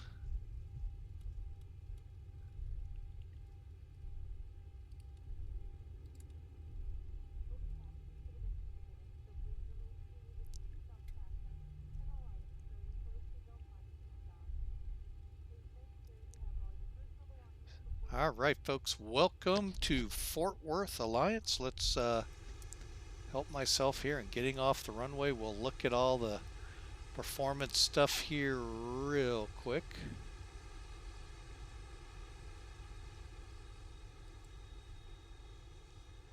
Right at the FedEx terminal.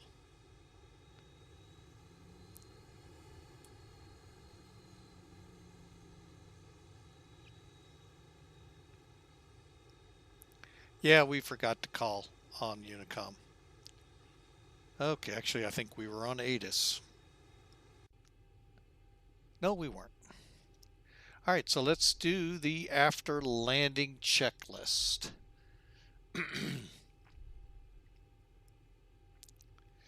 And to do that, speed brakes are down and flaps retract.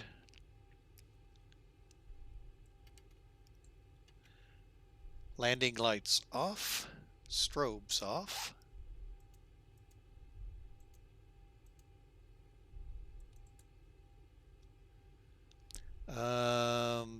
Pitot heat off. Anti-ice as well. Stave trim, and we'll start the APU. We'll get that while we're up here. Down here.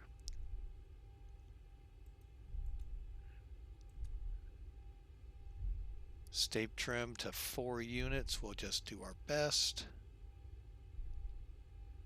We'll put it right there. It's easy. All right, folks, we're coming around the corner here into FedEx. 441 feet a minute. Well, you know, in that kind of wind, I ain't gonna squawk. Folks, that wind was 330 degrees at 17, and it was every bit of it. Even though it's only 10 degrees off the runway heading, that was still a bear to bring it in. All right, so let's figure out where we want to park.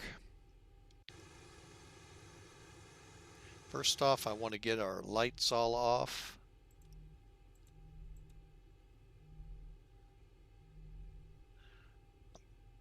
And let's get our radars off so we don't irradiate anyone here.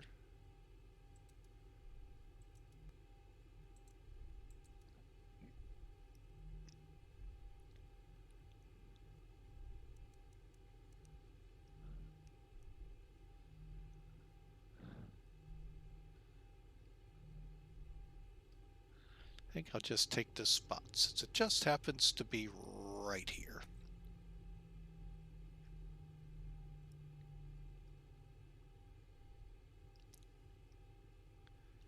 Okay.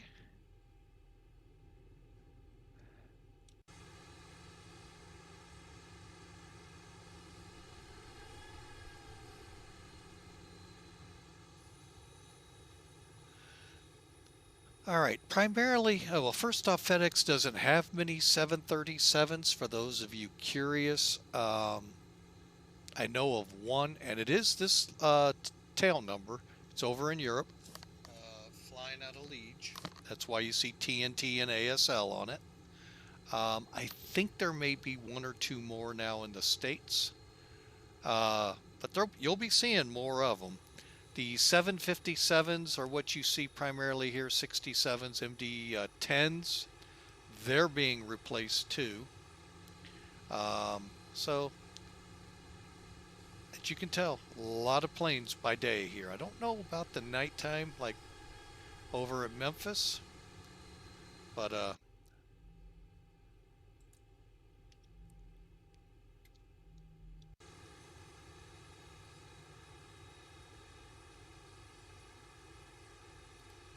right, let's call that a quit.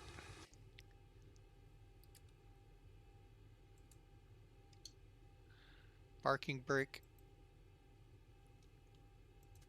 Okay. All right, folks, we are in the blocks here. All we have left to do is shut the bird down. Let me get over here, get our checklist that we did. You can kind of see what all we did. It's 2 pages. All right, next page. All right, so auto brakes down, off and down, pitot heats off, exterior starts to auto, weather radar flaps up. All right, we do have to get our starts to auto. Okay, wing lights can go off, lights are off. Go ahead and turn those on right now. Flap levers, transponder, okay. Shutdown, parking brake, electrical power, engine levers to cut off. Basically what we're talking about are these guys.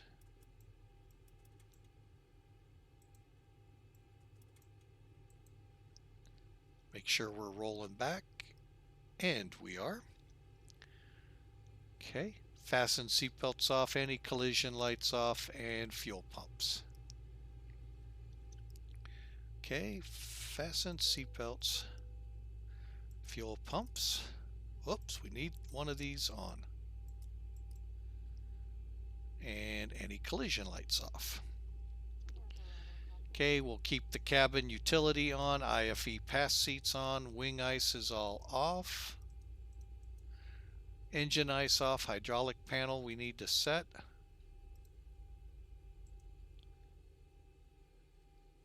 We'll leave everything on. Only thing we need to do, kick the APU bleed on.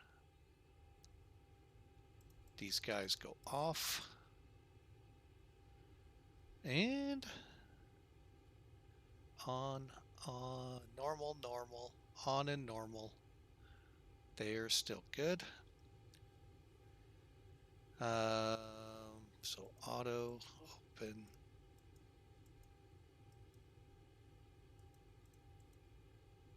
Transponder, and we'll keep the APU on. All right, folks, welcome to Texas. Big D, Fort Worth. 441 feet a minute landing. All we got left here are a couple of things. Hang on a second. Let's get the chocks in. Hit the door. And we'll go ahead and get the GPU up and running. That being on, we can now turn the APU off and the APU bleed off, which puts us back on ground power. And that'll wrap up the flight, folks. Hope you enjoyed it. Rather short, like people have said. Oops, I wanted that. But you know, it's always good to fly. Sometimes these short ones, you learn a lot. I'm beginning to get a better handle of doing VFR landings in it by turning them off at the switch. But we are on the ground here. We want to thank you all for joining us. We didn't pick up any new followers, bummer of a day, but you know what? We love every one of you. Thank you very much. Just remember one thing our pastor says every week at church: you are loved by God, and take that every day, because every day is rough in this country. We're in a fallen world, but you are loved beyond belief by God. So, folks, y'all have a great rest of your Thursday. We'll be back at it tomorrow. Don't know which flight that I had planned this week to do, but we'll be back at it. Those of you that are following will get an email letting you know when we take to the air, where we're going. The rest of you, all you got to do is click follow. Again, from Flying with Mike, thank you for flying with us. Thank you for supporting us. And y'all have a great day. And God bless.